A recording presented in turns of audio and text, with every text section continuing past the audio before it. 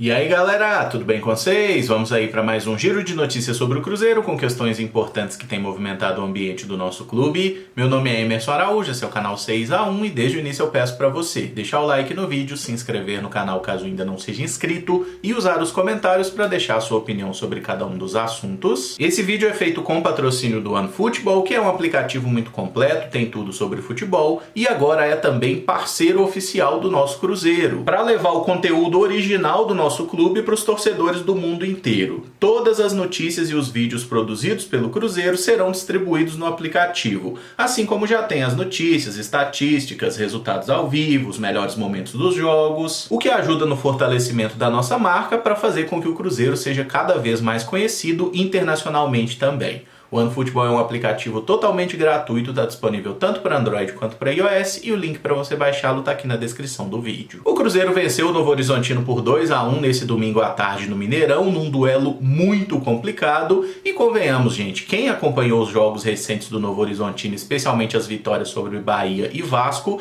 sabia que seria de fato uma pedreira como foi, né? O Rafael Guanais, treinador deles, conhece muito bem o Cruzeiro, estava na nossa comissão técnica até pouquíssimas semanas atrás, conseguiu anular boa parte aí dos pontos fortes do Cruzeiro, mas no final das contas, apesar de todas as dificuldades, a gente conseguiu vencer, né? Graças aos gols aí marcados pelo Adriano e pelo Rafa Silva e principalmente ao apoio da torcida, né? Que realmente se mostrou ali que faz a diferença. Foram mais de 46 mil pessoas presentes no Mineirão que ajudaram demais o Cruzeiro a manter o 100% de aproveitamento em casa e nós chegamos a 41 pontos na tabela, abrindo 7 de vantagem em relação ao vice-líder Vasco e 15 pontos a mais que o primeiro time fora do G4, que é o Sport. Caso o Cruzeiro vença o CSA na próxima quarta-feira, vai igualar o Vitória de 2012, que tem a melhor campanha da história de um primeiro turno da Série B. E convenhamos que esse recorde é o menor dos motivos que nos faz estar muito motivado para ver o Cruzeiro ganhando do CSA, né? É um adversário que acabou sendo vital no rebaixamento do Cruzeiro lá em 2019,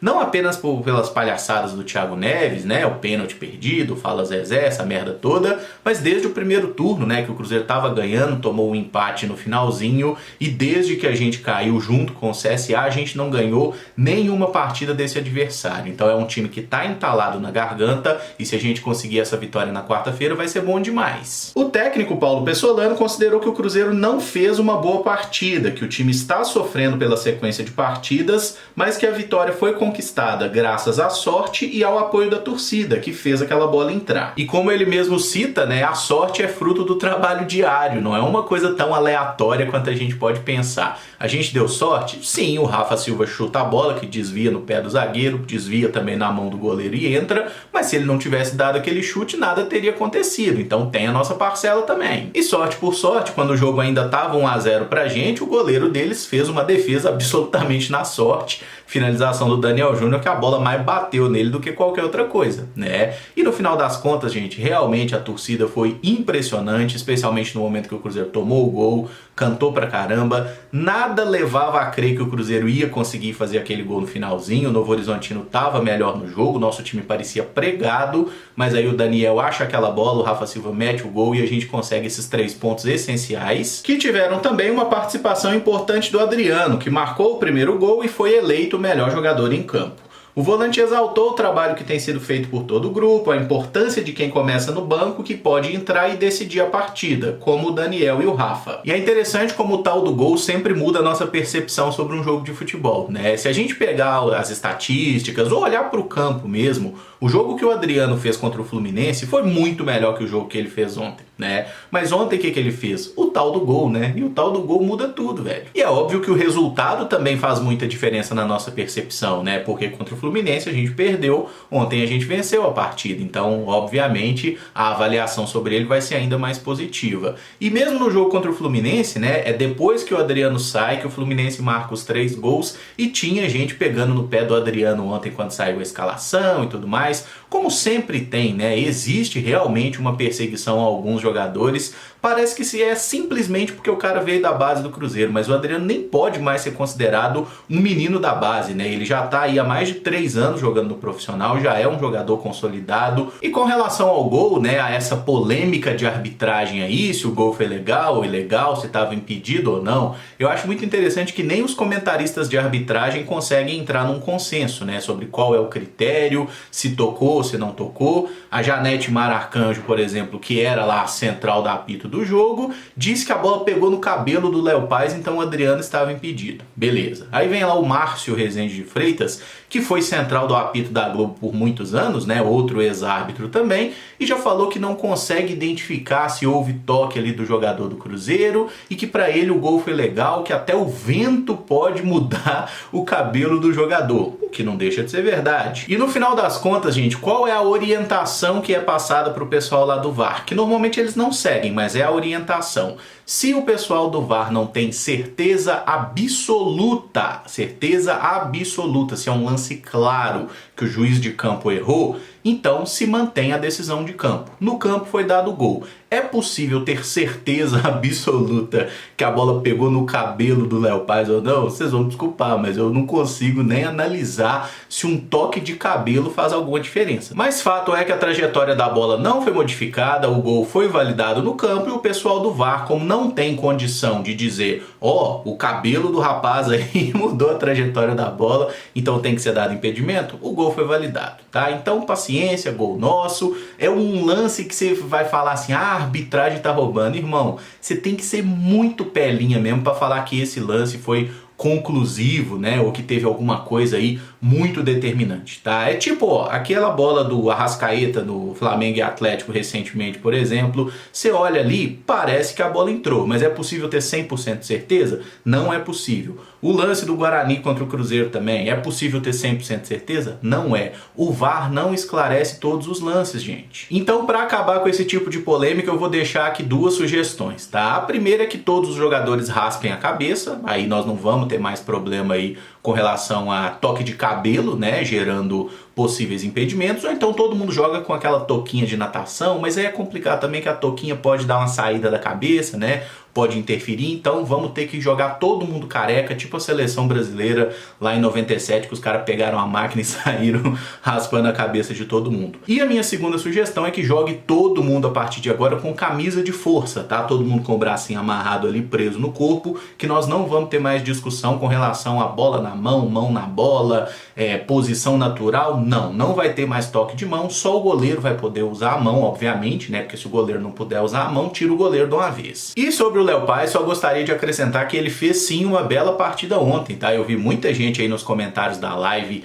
criticando a atuação dele. Acho que contra o Guarani, por exemplo, o Léo Paz realmente jogou muito mal. Mas ontem ele fez um bom jogo. Os cruzamentos não foram muito precisos, é verdade, não foram muito efetivos. Ele inclusive não acertou nenhum dos cruzamentos que tentou. Mas ele foi uma alternativa importante, criou jogadas, bateu pro gol, marcou direitinho. Fez o serviço dele, gente, tá? Não vamos exigir demais também não, que nós estamos na Série B do Campeonato Brasileiro. E ao contrário de jogos anteriores, em que o Cruzeiro estava sendo um time muito desequilibrado, em que basicamente só concentrava os ataques pelo lado esquerdo, né, especialmente com o Bidu, ontem o Bidu teve uma atuação bem mais discreta e o Léo Paz, pelo flanco direito, acabou sendo um jogador que fez bastante diferença, né? Inclusive, os 2 gols saem ali pelo lado direito, um no cruzamento do Edu pro Adriano e o outro no passe do Daniel pro Rafa Silva. Ontem o Cruzeiro foi um time mais equilibrado, né? E com isso é mais difícil nos marcar. E sobre o Rafa Silva, não é a primeira vez que ele se mostra decisivo num jogo. Ele já tinha feito a diferença contra CRB e Sampaio Corrêa e é o jogador do nosso elenco que precisa de menos minutos em campo para participar de um gol. E é fato que ninguém está muito satisfeito com o sistema ofensivo do Cruzeiro, né? O nosso ataque não tem produzido tantos gols. O nosso artilheiro é o Edu, que tem 5 aí nessa Série B, e o vice-artilheiro agora é o Rafa Silva, que marcou em 3 oportunidades. Só que aí tem um dado muito interessante. O Cruzeiro segue tendo o melhor ataque da Série B, tá? Nós temos aí 23 gols marcados em 18 partidas, o que mostra que não é que o Cruzeiro tem dificuldade para fazer gol. Todos os times têm dificuldade para fazer gol na Série B. É um campeonato muito duro. E no futebol, assim como na vida, é muito mais fácil destruir do que construir, gente, tá? Então a forma como o Cruzeiro joga, sempre tentando criar oportunidades e tudo mais, não tô nem falando do jogo de ontem especificamente, que nós realmente não tivemos o melhor nível de jogo. O Cruzeiro já fez partidas muito melhores e o Novo Horizontino jogou muito bem, tá? Mas na Série B como um todo, é difícil fazer gol, tá? No futebol é difícil fazer gol e na Série B ainda mais, porque o nível técnico não é brilhante, mas o importante é, o Cruzeiro tá dando seus pulos, tá dando um jeito, tá ganhando na sorte, na raça, graças à torcida, com o bom futebol, não importa como, a gente tá ganhando e parece que o Cruzeiro aprendeu a jogar a Série B. Hoje é dia 18 de julho, né, a data aí para a abertura da janela de transferências, então os jogadores que o Cruzeiro contratou serão regularizados a qualquer momento, tá? O zagueiro Luiz Felipe e o Bruno Rodrigues até o momento não apareceram no bid, o meia Marquinhos Cipriano, que pode também ser lateral, esse aí é só no dia 1º de agosto, porque ele vem naquela liberação especial por estar em um clube ucraniano, né, e a Ucrânia está envolvida na guerra. Então o Marquinhos Cipriano é só 1º de agosto mesmo que ele passa a aparecer no bid e estar à disposição. Quem já tem condições legais de jogo é o atacante Stênio. O nome dele já foi publicado no bid após a passagem por empréstimo no Torino da Itália.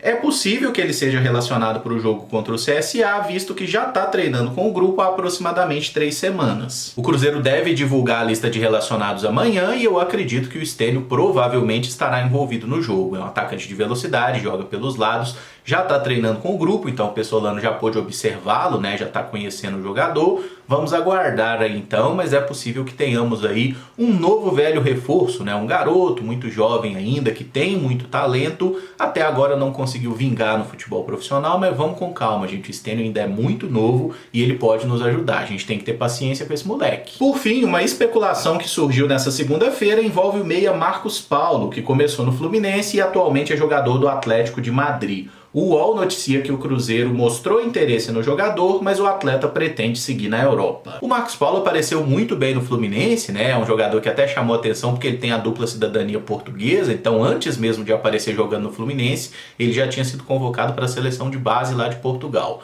É um garoto talentoso, na última temporada jogou emprestado no Famalicão, que é o mesmo clube onde estava o Bruno Rodrigues recém-contratado, tá? Mas lá em Portugal ele jogou 20 partidas, não fez nenhum gol, jogou 2 partidas pelos times sub-23 e marcou um golzinho, mas no time de cima realmente não vingou. Também não deu nenhuma assistência nesse período lá em Portugal, tá? No Fluminense ele teve sequência como titular, fez alguns gols, inclusive em Série A de Campeonato Brasileiro. É um rapaz que tem talento sim, se o Cruzeiro pudesse trazê-lo aí por empréstimo, com opção de compra, eu acho que seria muito interessante. Mas se o jogador quer continuar na Europa, e convenhamos, né, eu acho que para um jogador que vai para a Europa desistir assim e voltar depois de um ano só para o Brasil, eu acho que ele deveria persistir um pouco mais por lá. Se a ideia dele é não voltar para o Brasil, acho que ele vai arrumar um clube para jogar lá na Europa, então não deve vir para o Cruzeiro. Mas seria sim uma aposta bem interessante, é bom jogador, essa primeira temporada na Europa realmente foi muito abaixo das expectativas, mas se ele não tivesse talento, o Atlético de Madrid não tinha contratado ele, metido um contrato de 5 anos, né? É um jogador que tem potencial, seria bom se viesse para o Cruzeiro, mas como a própria matéria lá do UOL deixa claro, o jogador não quer voltar para o Brasil, então esse negócio não deve ir para frente. E eu encerro esse vídeo por aqui. Se você gostou, eu peço que deixe o like, se inscreva no canal caso ainda não seja inscrito e use os comentários para opinar sobre cada um dos assuntos. Muito obrigado por acompanhar, um abraço e até o próximo vídeo. Valeu!